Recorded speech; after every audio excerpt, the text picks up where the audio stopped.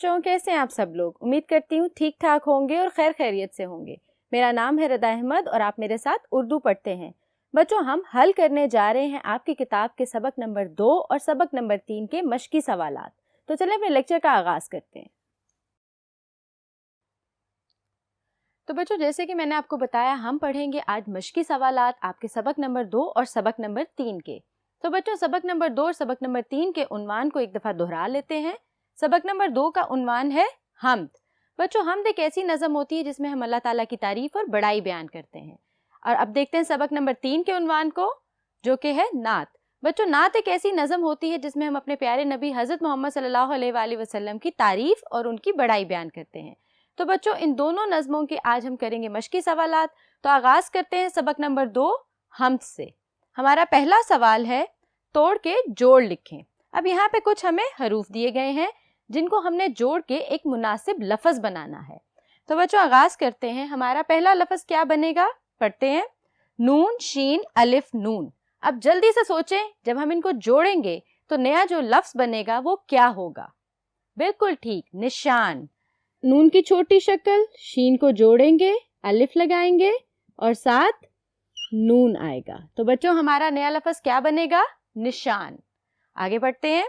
اگلا لفظ ہے قاف دال رے تے۔ اب جلدی سے سوچیں کون سا لفظ بنتا ہے؟ بالکل ٹھیک، قدرت۔ بچوں، قدرت اللہ تعالیٰ کی ہوتی ہے جس کو ہم کہتے ہیں بڑائی۔ اب آپ اس کو اس طرح جوڑ کے لکھیں گے، قاف کے ساتھ دال رے اور تے، قدرت۔ ٹھیک ہو گیا؟ آگے پڑھتے ہیں اگلے لفظ کو، پے دو چشمی ہے واو اور لام۔ اب ان کو جوڑ کے سوچیں کیا لفظ بنتا ہے؟ شاباش، بالکل ٹھیک، پھول۔ اللہ تعالیٰ نے ہماری زمین کو سجانے کے لیے کیا بنائے تھے؟ بہت زیادہ پھول بنائے ہیں۔ آپ نے دیکھا، ہم نے دو چشمی ہے کے ساتھ واو کو جوڑا اور اس کے نیچے 3 نقطے لگا دیے اور آخر میں کیا لکھا؟ لام۔ تو کیا بن گیا؟ پھول۔ آگے پڑھتے ہیں بچوں۔ اگلا لفظ ہے سین نون الف حمزہ واو۔ اب جلدی سے سوچیں کیا لفظ بنتا ہے؟ آپ حمزہ کی وجہ سے پریشان ہو رہے ہیں، حمزہ واو کے اوپر آ جائے گا۔ اب سوچیں کیا نیا لفظ بنتا ہے؟ سناؤ۔ سنانے کا مطلب ہوتا ہے کسی کو کوئی بات سناؤ یا کوئی گیت سنا۔ تو بچوں، حمزہ کو ہم واو کے اوپر لکھ دیں گے اور سین اور نون کی چھوٹی اشکال کو الف سے ملا دیں گے۔ تو نیا لفظ کیا بنا؟ سناؤ۔ تو بچوں، یہ تو تھے ہمیں دیے گئے توڑ جن کو ہم نے جوڑ کے بنائے نئے الفاظ۔ تو چلیں بڑھتے ہیں سوال نمبر 2 کی طرف۔ تو چلیں بچوں، پڑھتے ہیں سوال نمبر 2 کو۔ دیے گئے الفاظ سے جملے بنائیں۔ ہمیں کچھ الفاظ دیے گئے ہیں جو کہ آپ کی نظم سے ہیں، ہم نے ان سے مناسب جملے بنانے ہیں۔ بچوں، جملے آپ اپنی نظم سے بھی بنا سکتے ہیں اور خود سے بھی تخلیق کر سکتے ہیں۔ تو چلیں پہلے لفظ کو پڑھتے ہیں۔ ہمارا پہلا لفظ ہے حمد۔ بچوں، حمد کا کیا معنی ہوتا ہے؟ بالکل ٹھیک، میں نے آپ کو ابھی بتایا تھا، حمد وہ نظم ہوتی ہے جس میں اللہ تعالیٰ کی بڑائی اور قدرت بیان کی جاتی ہے۔ اب آگے پڑھتے ہیں، ہم نے جملہ کیا بنانا ہے؟ حمد اس خدا کی جس نے یہ جہاں بنایا، یعنی کہ تعریف اس اللہ تعالیٰ کی جس نے یہ جہاں بنایا۔ اگلا لفظ پڑھتے ہیں، سنوارنا۔ بچوں، سنوارنا کا مطلب ہوتا ہے سجانا یا کسی خراب چیز کو ٹھیک کرنا، یعنی سنوار دینا۔ تو اب دیکھتے ہیں ہم نے جملہ کیا بنایا ہے۔ ہمیں اپنے اخلاق و کردار کو سنت نبی صلی اللہ علیہ وآلہ وسلم کے مطابق سنوارنا چاہیے، یعنی ہمیں اپنے اخلاق و کردار کو ہمارے نبی کریم صلی اللہ علیہ وآلہ وسلم کی سنت کے مطابق سنوارنا یعنی بنانا چاہیے۔ آگے پڑھتے ہیں اگلے لفظ کو، چراغ۔ بچوں، ہم چراغ کب چلاتے ہیں؟ بالکل ٹھیک، جب رات ہو جاتی ہے تو ہم چراغ جلاتے ہیں۔ اور چراغ کیوں جلائے جاتے ہیں؟ روشنی کے لیے۔ اب دیکھتے ہیں ہم جملہ کیا بنایا ہے۔ آسمان پر چمکتے تارے چراغ کی مانند ہیں۔ بچوں، جیسے ہی رات ہوتی ہے آسمان پہ تارے چمکتے ہیں اور ان تاروں کی چمکنے کی وجہ سے ہماری رات حسین اور خوبصورت ہو جاتی ہے۔ تو جس طرح ہم اپنے گھروں کو روشن کرنے کے لیے چراغ جلاتے ہیں، اللہ تعالیٰ نے رات کو بہت حسین اور خوبصورت کرنے کے لیے تارے آسمان پہ رکھے ہیں۔ اسی لیے بچوں، جملہ کیا ہم نے بنایا ہے؟ آسمان پر چمکتے تارے چراغ کی مانند ہے، جو رات کو روشنی بخشتے ہیں۔ اگلا لفظ پڑھتے ہیں، قدرت۔ بچوں، قدرت کہتے ہیں بڑائی کو بھی اور قدرت کہتے ہیں طاقت کو بھی۔ اور قدرت کہتے ہیں وہ تمام چیزیں جو اللہ تعالیٰ نے زمین کو بخشی ہیں، یعنی خوبصورتی کے لیے۔ تو دیکھتے ہیں ہم نے جملہ کیا بنایا ہے۔ اللہ کی قدرت بہت حسین ہے، یعنی اللہ تعالیٰ نے جو چیزیں ہمارے ارد گرد بکھیری ہیں، آسمان پہ تارے، زمین پہ پھول، سورج، چاند اور بہت سارے باغات، سرسبز لہلہاتے کھیت، یہ سب اللہ تعالیٰ کی قدرت کے حسین نمونے ہیں۔ آگے پڑھتے ہیں بچوں، گیت۔ بچوں گیت وہ نغمہ ہوتا ہے جب ہم بہت خوش ہوتے ہیں تو ہم گنگناتے ہیں، جو سننے والے کو بھی اچھا لگتا ہے اور گانے والے کو بھی اچھا لگتا ہے۔ اب دیکھتے ہیں ہم نے جملہ کیا بنایا ہے۔ موسم بہار میں تمام پرندے سریلے گیت گنگناتے ہیں، یعنی کہ جیسے ہی موسم بہار آتا ہے اور موسم سرما چلا جاتا ہے تو ہر چیز کو ایک نئی زندگی بخش دیتے ہیں اللہ تعالیٰ، تو اس نئی زندگی کے اتنے حسین رنگ دیکھ کے پرندے سریلے گیت گنگناتے ہیں، اور وہ سریلے گیت وہ خوشی میں گنگناتے ہیں۔ تو بچوں یہ تو تھا آپ کا سوال نمبر 2۔ ہم نے بنائے جملے دیے گئے الفاظ سے۔ اب بڑھتے ہیں سوال نمبر 3 کی طرف۔ تو چلیں بچوں پڑھتے ہیں اپنے سوال نمبر 3 کو۔ درج ذیل شعر کو جملوں میں استعمال کریں۔ ہمیں یہاں پہ آپ کی نظم سے ایک شعر دیا گیا ہے، اب شعر کی ہم نے کرنی ہے تشریح، یعنی ہم نے ان شعر کو آسان جملوں میں منتقل کرنا ہے، تبدیل کرنا ہے۔ تو چلیں پہلے شعر کو پڑھتے ہیں۔ خدا کی گاتے ہیں ہم سارے، زمین پہ پھول آسمان پہ تارے۔ یہ تو ہے شعر۔ اب ہم نے بچوں اس کی آسان الفاظ میں سادہ جملوں میں تشریح کرنی ہے، تو میں نے تشریح کو درج کیا ہے بورڈ پہ۔ اب میں اس کو پڑھوں گی اور آپ میرے ساتھ ساتھ اپنی کاپی پہ نوٹ کرتے جائیں۔ تو چلیں آغاز کرتے ہیں۔ کائنات میں پائے جانے والی ہر شے اللہ تعالیٰ کی تعریف بیان کرتی ہے، یعنی کہ زمین میں پائی جانے والی ہر شے، چاہے وہ زمین کے ذرات ہیں، ریت کے ذرات ہیں، آسمان پہ پائے جانے والے تارے ہیں، بچوں پرندے ہیں، جانور ہیں، پھول ہیں، جو بھی چیزیں زمین پہ پائی جاتی ہے وہ سب کی سب کس کی تعریف اور بڑائی بیان کرتی ہے؟ اللہ تعالیٰ کی۔ آگے پڑھتے ہیں۔ چاہے وہ زمین پہ پائے جانے والے پھول ہوں یا آسمان پر پائے جانے والے تارے ہوں، یعنی زمین کے پھول بھی اللہ تعالیٰ کی تعریف بیان کرتے ہیں اور آسمان کے ستارے بھی۔ آگے پڑھتے ہیں۔ سب کے سب اللہ کی بڑائی اور قدرت بیان کرتے ہیں۔ بچوں اس کائنات میں پائے جانے والی ہر شے، ہم انسانوں سے لے کے چرند پرند کیڑے حشرات، ہر چیز اللہ تعالیٰ کی تعریف اور بڑائی بیان کرتی ہے۔ بچوں یہ تو تھی آپ کے دیے گئے شعر کی تشریح، جس کو ہم نے سادہ جملوں میں تبدیل کیا۔ اب پڑھتے ہیں سوال نمبر 4 کو۔ درست الفاظ کا استعمال کرتے ہوئے خالی جگہ پر کریں۔ بچوں ہمیں دیے گئے ہیں کچھ الفاظ، ہم نے ان الفاظ کا استعمال کرتے ہوئے کچھ ایسے جملوں کو مکمل کرنا ہے جو کہ نامکمل ہیں، ہم نے اس میں دی گئی خالی جگہوں کو پر کرنا ہے۔ تو چلیں بڑھتے ہیں اپنے سوال کے جواب کی طرف۔ تو بچوں پہلے پڑھتے ہیں مناسب الفاظ جو کہ ہمیں دیے گئے ہیں۔ ہمارے الفاظ ہیں نشان، پھول، قدرت، باغ، پیارے۔ یہ 5 الفاظ ہمیں دیے گئے ہیں، ہم نے خالی جگہوں کو پر کرنا ہے ان 5 مناسب الفاظ کو استعمال کرتے ہوئے۔ تو میں نے یہاں پہ خالی جگہیں پر کی ہیں، میں پڑھوں گی آپ کے لیے اور آپ ساتھ ساتھ اپنی کتاب میں دی گئی خالی جگہ کو پر کرتے جائیں۔ تو چلیں پڑھتے ہیں پہلے جملے کو۔ سجے ہیں کیسے یہ پیارے پیارے۔ اب آپ نے دیکھا ہم نے 5 الفاظ میں سے دیے گئے ایک لفظ کو چنا جو کہ خالی جگہ کی مناسبت سے تھا۔ آگے پڑھتے ہیں۔ یہ ہیں قدرت کے نشان سارے، یہ اللہ تعالیٰ کی قدرت کے نشان ہیں، تو آپ کی دوسری خالی جگہ میں جو مناسب لفظ آئے گا وہ ہے نشان۔ چلیں پڑھتے ہیں تیسرے جملے کو۔ یہ باغ ایسے کھلائے کس نے۔ آپ کا تیسرا لفظ کیا ہے؟ باغ۔ ہم نے باغ کا استعمال کرتے ہوئے جملے کو مکمل کیا ہے۔ چلیں پڑھتے ہیں چوتھے جملے کو۔ زمین پہ پھول آسمان پہ تارے۔ تو بچوں آپ نے دیکھا ہم نے ایک اور مناسب لفظ استعمال کیا اور خالی جگہ کو پر کیا، زمین پہ پھول اور آسمان پہ تارے۔ چلیں پڑھتے ہیں آخری جملے کو۔ خدا کی قدرت کے گیت گاؤ۔ تو ہمارے پاس جو آخری لفظ بچا تھا وہ تھا قدرت، تو ہم نے آخری خالی جگہ میں قدرت کا لفظ استعمال کر کے اس خالی جگہ کو بھی پر کر دیا۔ تو بچوں اسی طرح اکثر آپ کو آپ کے امتحان میں بھی دیے جاتے ہیں ایسے کچھ جملے جن کو آپ نے مناسب الفاظ کی مدد سے مکمل کرنا ہوتا ہے۔ کبھی آپ کو الفاظ مہیا کیے جاتے ہیں اور کبھی نہیں۔ اس طرح مشق کرنے سے آپ بہت اچھے طریقے سے نامکمل جملوں کو مکمل کر سکتے ہیں۔ تو چلیں بچوں پڑھتے ہیں سوال نمبر 5 کو۔ دیے گئے جملوں کے آگے درست علامات لگائیں۔ بچوں یہاں پہ ہمیں 2 علامات دی گئی ہیں، ایک سوالیہ کی علامت ہے اور ایک وہ علامت ہے جو ہم سادہ جملوں کے آخر میں لگاتے ہیں۔ تو بچوں ان 2 علامات کو استعمال کرتے ہوئے ہم نے اپنے جملوں کو مکمل کرنا ہے۔ اب ہم پڑھیں گے جملوں کو اور ہم دیکھیں گے کہ سوالیہ جملہ کون سا ہے اور سادہ جملہ کون سا ہے۔ تو چلیں پڑھتے ہیں اپنے پہلے جملے کو۔ اللہ نے ساری کائنات بنائی ہے۔ اب اچھے سے سوچیں اور بتائیں کیا یہ سوالیہ جملہ ہے، کیا اس میں کوئی بات پوچھی جا رہی ہے یا بتائی جا رہی ہے؟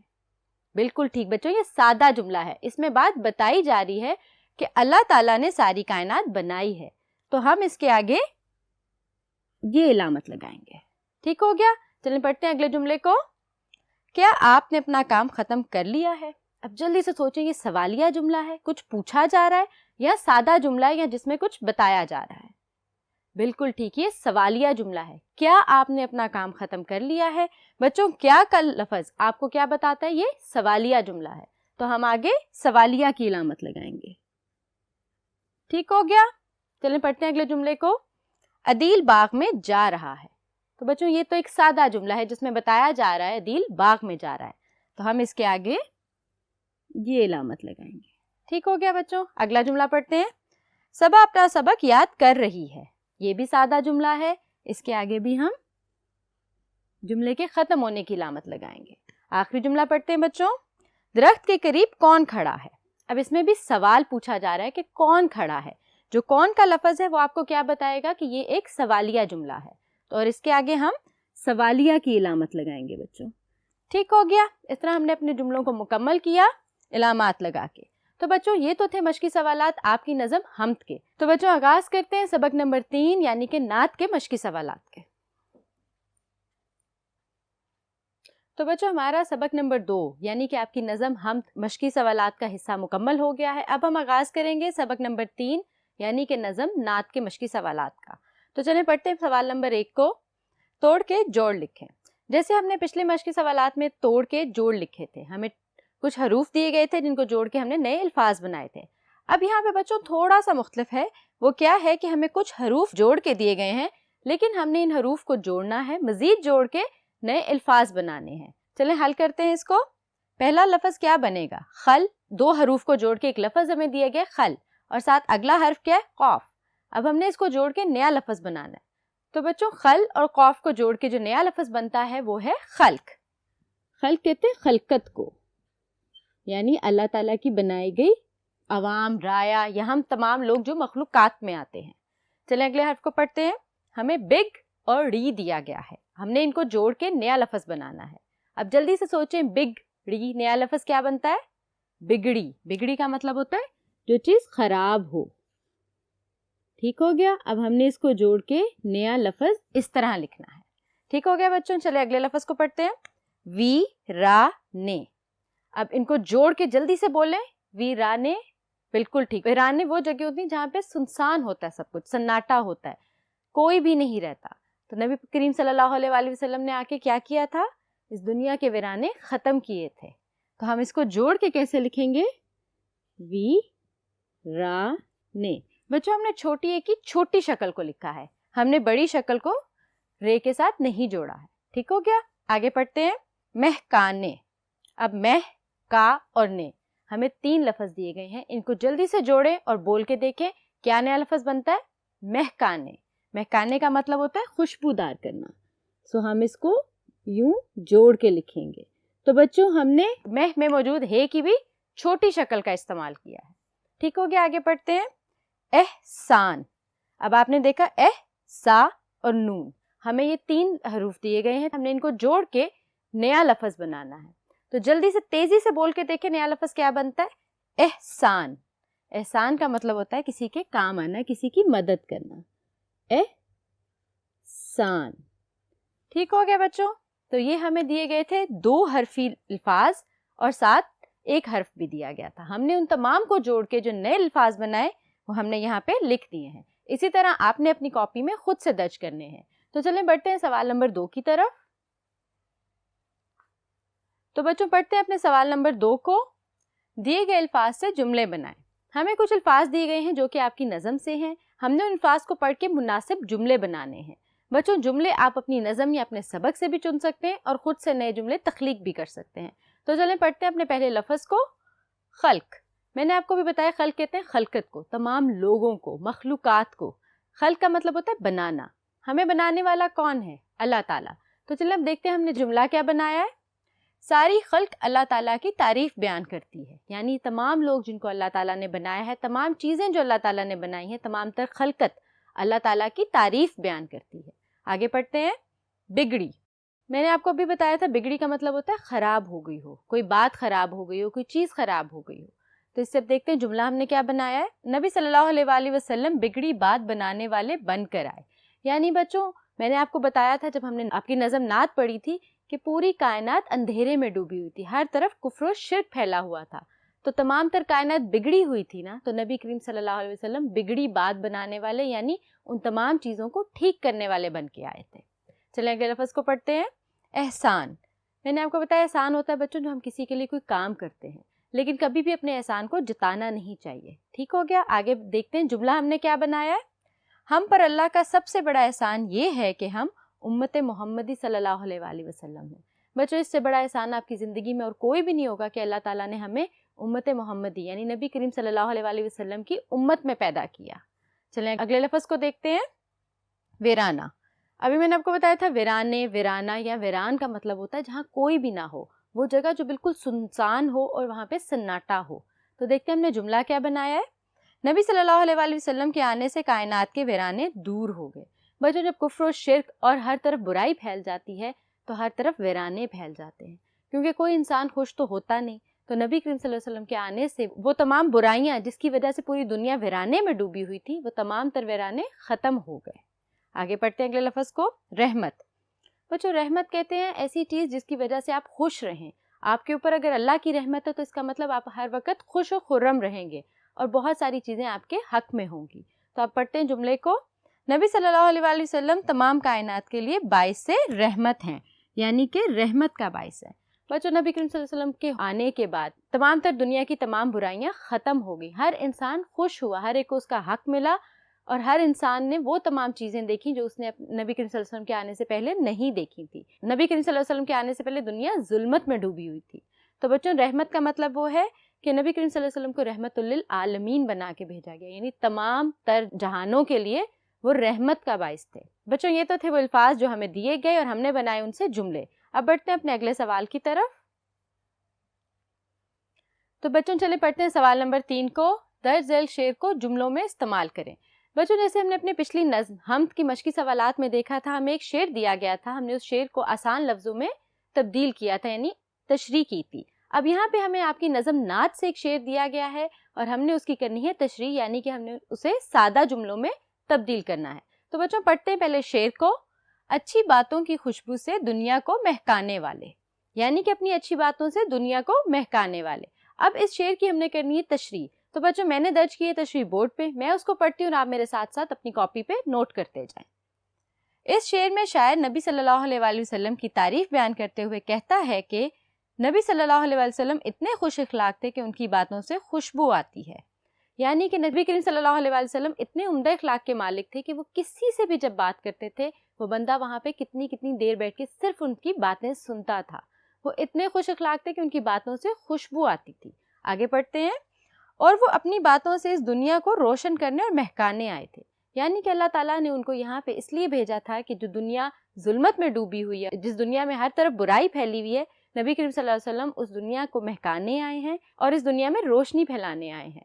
بچوں نبی کریم صلی اللہ علیہ وسلم اتنے اچھے اخلاق کے مالک تھے کہ کوئی بھی شخص ان کے پاس بیٹھتا تھا تو ان سے سحر انگیز ہو جاتا تھا, مطلب ان کی باتوں میں کھو جاتا تھا. اس لیے بہت سے کفار مکہ ان کو ساحر بھی بولتے تھے کہ ان کو ایسے لگتا تھا کہ وہ جادو کرتے ہیں, جبکہ جادو نہیں کرتے تھے. بچوں اللہ تعالیٰ نے ان کو بہت اچھا اخلاق عطا کیا تھا اور ہم پہ کیا فرض ہے, ہم ان کے اخلاق کو اپنی زندگیوں میں اپنانے کی پوری کوشش کریں.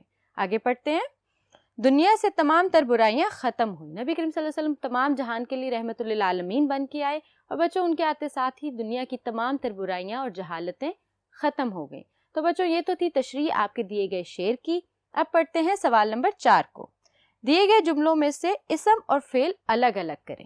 اب بچوں ہمیں کچھ جملے دیے گئے ہیں, ہم نے اس میں سے اسم کو الگ کرنا ہے اور فعل کو الگ کرنا ہے. پہلے آپ مجھے جلدی سے سوچ کے بتائیں اسم کسے کہتے ہیں. آپ میں سے کسی کو پتہ ہے؟ اچھا اگر نہیں پتا تو میں بتاتی ہوں.